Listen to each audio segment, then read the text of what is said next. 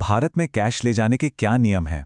अक्सर यह कंफ्यूजन होता है ना कि ट्रैवल करते समय आखिर कितना कैश अपने साथ रख सकते हैं। अगर हाँ, तो यकीन मानिए ये सवाल कई लोगों के मन में है। तो इस कंफ्यूजन को हमेशा के लिए दूर करने के लिए इस वीडियो को अंत तक जरूर देखें।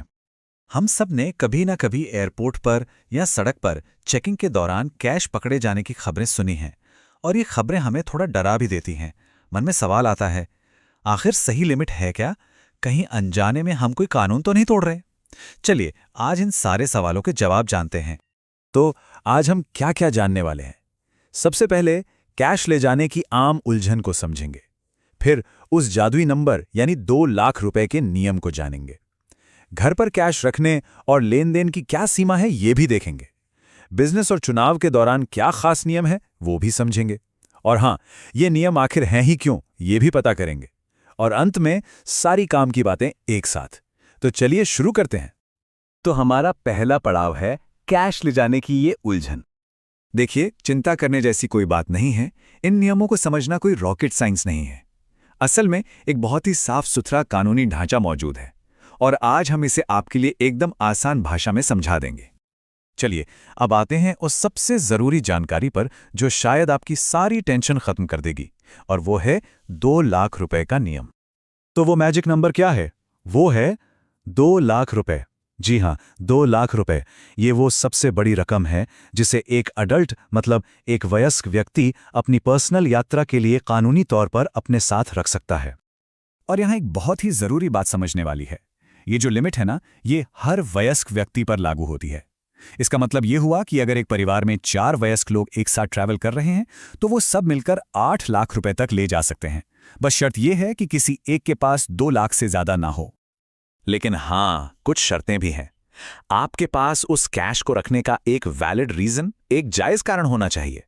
और देखिए, कई बार सिर्फ जुबानी तौर पर बताने से भी काम चल जाता है, लेकिन सबसे सेफ तरीका यही है कि आप पैसे के सोर्स का कोई प्रूफ जैसे एटीएम की स्लिप या बैंक स्टेटमेंट अपने साथ रखें।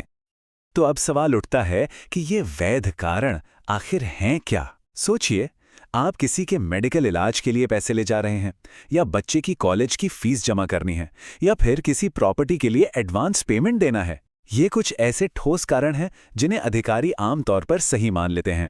अच्छा, तो ये तो हुई ट्रैवल की बात। चलिए अब देखते हैं कि ये 2 लाख रुपए का नियम सिर्फ यात्रा पर ही नहीं बल्कि घर पर कैश रखने और लेन देन करने पर कैसे लागू होता है। जी हाँ, बिल्कुल सही सुना आपने। घर पर कैश रखने के लिए भी यही 2 लाख रुपए प्रति वयस्क का नियम काम करता है। मतलब अगर एक घर में 5 वयस्क रहते हैं तो वो परिवार कानूनी तौर पर 10 लाख रुपए तक कैश घर पर रख सकता है। ये पूरे घर की लिमिट नहीं है, ये हर एक व्यक्ति की अपनी अपनी लिमिट है। और अब एक बहुत ही हैरान करने वाली बात, क्या आपको पता है कि अगर आप किसी को 2 लाख या उससे ज्यादा कैश में उधार देते हैं तो आप खुद कानून तोड़ रहे हैं? और सबसे मजेदार बात जानते हैं क्या है? अगर वो इंसान आपके पैसे वापस नहीं करता तो आप कोर्ट भी नहीं जा सकते, बल्कि जुर्माना उल्टा आप पर ही लग सकता है। तो इस नियम को हमेशा ध्यान में रखिए। खैर, हर नियम के कुछ अपवाद यानी एक्सेप्शंस भी होते हैं। तो चलिए अब उन खास सिचुएशंस को देखते हैं जहां ये नियम थोड़े बदल जाते हैं। जो व्यापारी हैं या जिनका अपना बिजनेस है, उनके लिए थोड़ी राहत है। वो 2 लाख से ज्यादा कैश भी ले जा सकते हैं, पर शर्त यह है कि उनके पास हर चीज का पक्का डॉक्यूमेंट होना चाहिए, जैसे कि जीएसटी नंबर, बिल और इस बात का प्रूफ कि पैसा किस बिजनेस के काम के लिए ले जाया जा रहा है। और अब एक बहुत बड़ा बदलाव, इसे ध्यान से सुनिए। आम दिनों में लिमिट है 2 लाख रुपए, लेकिन जब चुनाव का माहौल होता है तो ये लिमिट घटकर सिर्फ 50,000 रुपए रह जाती है। जी हाँ, 50,000 रुपए से ज्यादा कैश मिलते ही बहुत सख्त जांच शुरू हो जाती है। ऐसा इसलिए किया जाता है ताकि चुनावों में काले धन का इस्तेमाल रोका जा सके। पर कभी सोचा है कि सरकार ने ये नियम बनाए ही क्यों हैं? इसके पीछे एक बहुत ही सिंपल सा इकोनॉमिक लॉजिक है। चलिए उसे भी समझ लेते हैं। इसे ऐसे समझिए कि हमारी अर्थव्यवस्था एक नदी की तरह है और पैसा उसका पानी है।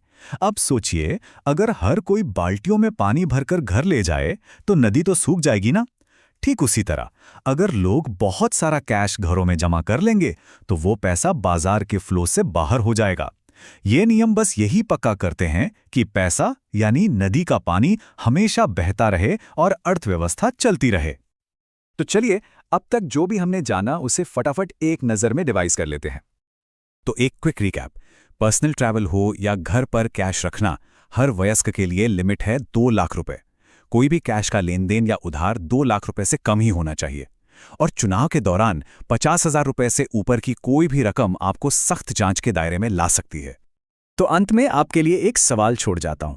जैसे जैसे हमारा देश डिजिटल होता जा रहा है, क्या आपको लगता है कि कैश रखने की ये सीमाएं एक दिन खत्म हो जाएंगी? इस पर सोचिएगा जरूर। ऐसी ही और जानकारी के लिए ऑल कैन स्टडी को सब्सक्राइब कीजिए। धन्यवाद। चलिए अगले वीडियो पर मिलते हैं।